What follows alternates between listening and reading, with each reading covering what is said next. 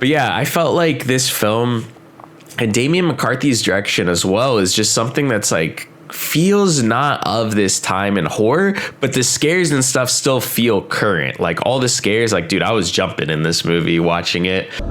Jesus.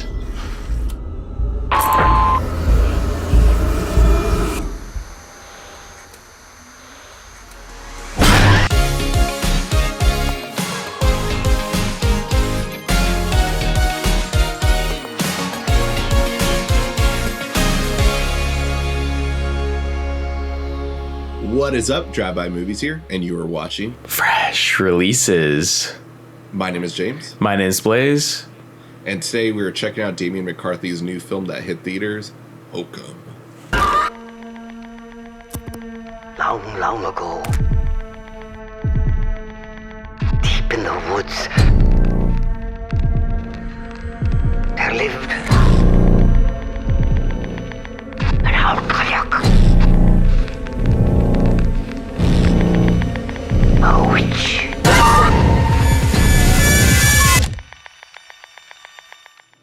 Hokum is the story of a horror writer who visits an Irish inn to scatter his parents' ashes, unaware the property is said to be haunted by a witch.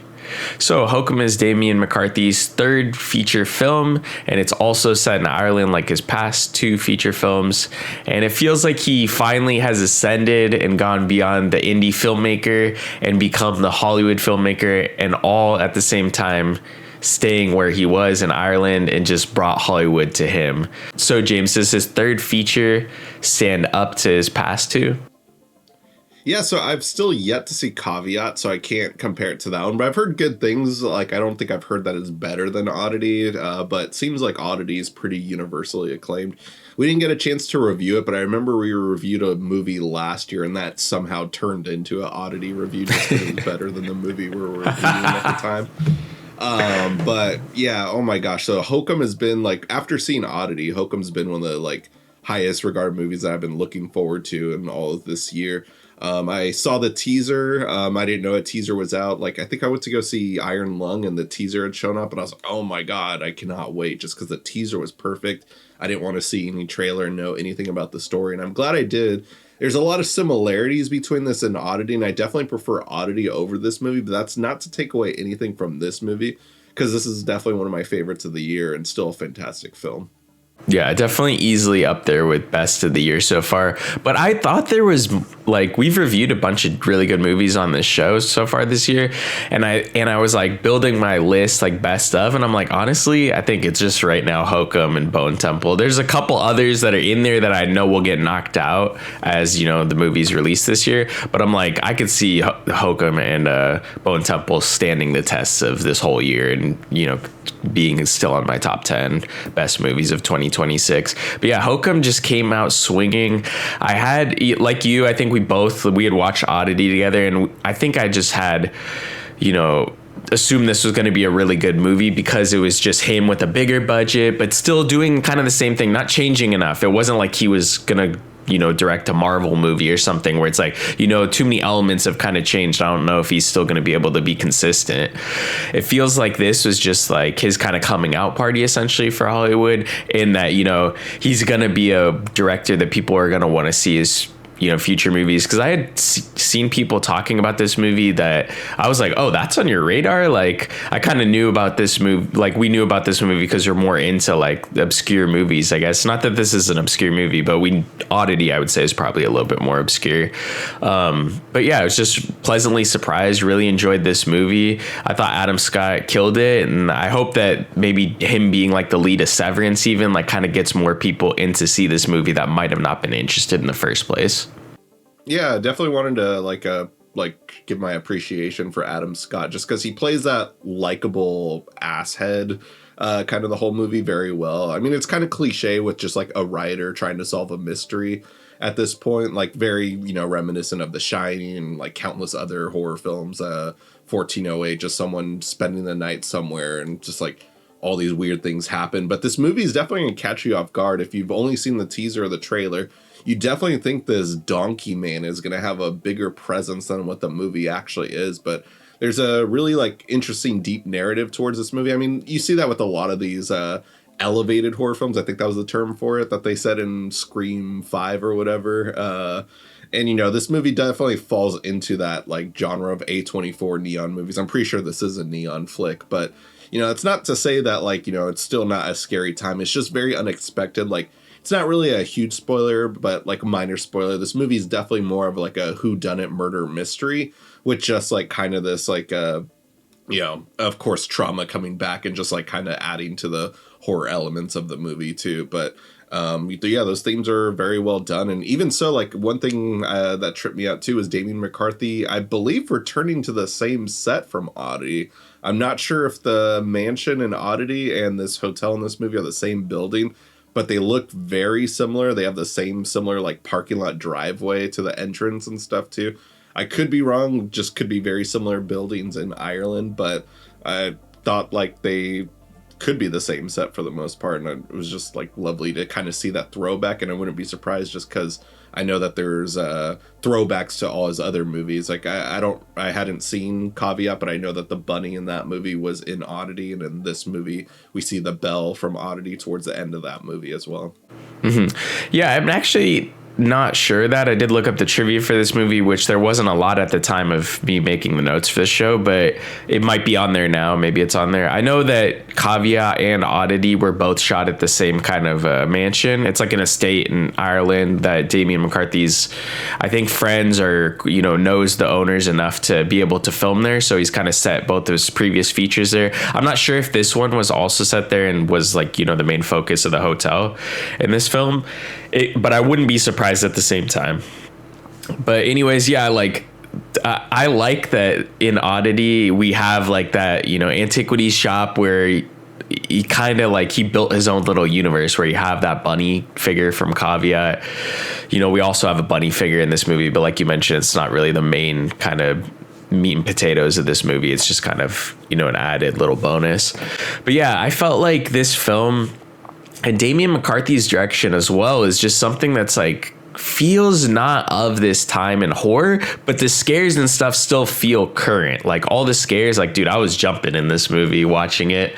Any like loud bangs, I was like, oh, like, but yeah. And I even heard like on the row that I was sitting in, which was kind of packed, like there was people that were scared in my row. Like I could tell they weren't watching the screen. Like I could overhear them like a, you know, boyfriend and a girlfriend, and the girlfriend's like has her eyes closed. Like she was so scared. So I was like, oh man, this is just the perfect movie for that, where it still feels classical enough, because you can go watch a slasher movie, but like most people are like, nah, that's just like too crazy. Like slasher is just too crazy for some people, you know, where like a ghost story movie might be, you know, borderline acceptable in a way, where a slasher is just doesn't seem acceptable for some people, you know, to be fair. Not for us, obviously, but yeah, I think there are some people that probably look down on a lot of horror films, where I feel like this and Damian McCarthy's other movies almost feel like this like classical-esque, like Vincent Price kind of movie, where it could have took place back then, you know, just in a way where it's like, you know, acceptable and people would go see something like this. I don't know if that makes sense, but yeah, that's just, I feel like his movies are just more old school than the modern horror fare that we get in 2026. Yeah, I think one thing that Damian McCarthy does really well is making his movies feel timeless. Like each, both this and Oddity feel like they can take place in modern times, but they also feel like they could have took place in the 80s or 90s. Of course, like the wardrobe would be a little bit different, but like that's not the case within these movies. Like, you know, they're ever like the hotel guests, they like have that very old school 1940s look to them, but it's not necessarily like anything that makes you think like, oh, this obviously takes place in the 40s. It's just like that's the hotel that he's staying at, essentially. Yeah, I like that feeling that he gives within this movie, and also just the feeling he gives the audiences. I saw this on a Wednesday night, 7:15 at AMC The Grove. That's one of the highest volume theaters in the entire country that gets a lot of people. And, you know, I understand that AMC does discounts on Tuesday and Wednesday, so that's probably why it was so crowded. But just the idea that I saw on a Wednesday night where it was sold out, the only seats that were open were the first two rows. So it wasn't sold out, but just like it practically was, because I remember when I was getting tickets, there were no seats in the middle or in the back or anything. So But everyone was on their best behavior the whole movie. Everyone was quiet. Everyone was gasping anytime you saw the mother in the background and stuff. People jumped at the reveals of some of the bigger scares towards the end of the movie too. I being one of them too. Like, it was just such a wonderful movie theater experience that like I missed and craved with every screening, honestly. Like, this movie definitely should be seen with the crowd, and definitely go do it while you can. I will say, my theater wasn't packed, but it was surprisingly a lot of people for Wednesday, and it wasn't AMC, so there's no discount. So I think that probably would have helped, obviously. But yeah, like the pacing for me, I enjoy the pacing. It didn't feel slow to me. There was maybe towards the end where it felt like, okay, this could have been moved along a little bit quicker because we kind of know where it's going, even though it did take some unexpected turns throughout the movie. I thought the story was very rich, but there was moments towards maybe that third act where the person a couple chairs for me I saw their face was illuminated bright blue, and I don't think it was the projection being illuminated on them. I think they were on their phone. So I was like, okay, the pacing, I could tell, like I said earlier, it's a little bit more of a classical type movie. I think maybe was a little bit slower for the majority of people who are used to scrolling Reels or TikTok and have that kind of brain rot where they need something constantly happening every 5 seconds. But yeah, like I thought the pacing was fine, but I could understand if somebody might say that this is a slower movie. Yeah, definitely. Yeah. I mean, I guess I have that luxury also of Los Angeles, a lot of wannabe filmmakers too. So, and all of them seem to have A-list these days too. So, yeah, but just wanted to say how great of a theater experience this was. Just because this is a movie I can see you going to a random screening in, I don't know, Kansas City, and just be like, see a 2 PM, and then you have 4 teenagers on their phone the whole time and bore and be like, this movie sucks. That can happen for this movie easily, but just the fact that I didn't have that, and it was just all people, like all adults, just really interested in wanting to see this movie and enjoy a scary movie, which is just such a fun experience to get on a Wednesday night. Mm-hmm. Which the movie was timeless, but it also feels like at the same time that the experience in itself was timeless. Like seeing a movie like this could have been any year, in our youth where we were going to see a horror movie and everyone was watching the screen. Cell phones weren't as, prominent. This feels like walking into a time machine almost. Yeah, absolutely. And yeah, so, fantastic movie. Like, Damian McCarthy is the guy to watch in horror. I know everyone was saying that about Ari Aster like a few years ago. I guess it's been a decade now, but just he has moved far on from horror. Plenty of other names coming up like Curry Baker, the guy's doing the Backrooms, but Damian McCarthy is the guy who just like knows how to do it all with terms of like the production design, just like that ominous feeling of dread and suspense, but also coming up with a clever script with just a lot of like heavy themes to be used and seen. So highly recommend checking it out. It's one of my favorites of the year so far. Definitely going to add it to my collection too, and just can't wait to rewatch Oddity and can't wait to get around to seeing Caveat. Yeah. Great way to help support the show. Let us know what you thought about the movie in the comments down below and keep the conversation going. And if you guys haven't already, go ahead and smash the like button, hit the subscribe button, and click that notification bell to get all of our latest updates. And speaking of updates, catch all our social media links down below. We got links to Instagram, Twitter, TikTok, as well as our own personal Letterboxd accounts. That's it for this week. Tune in next week for a brand new video.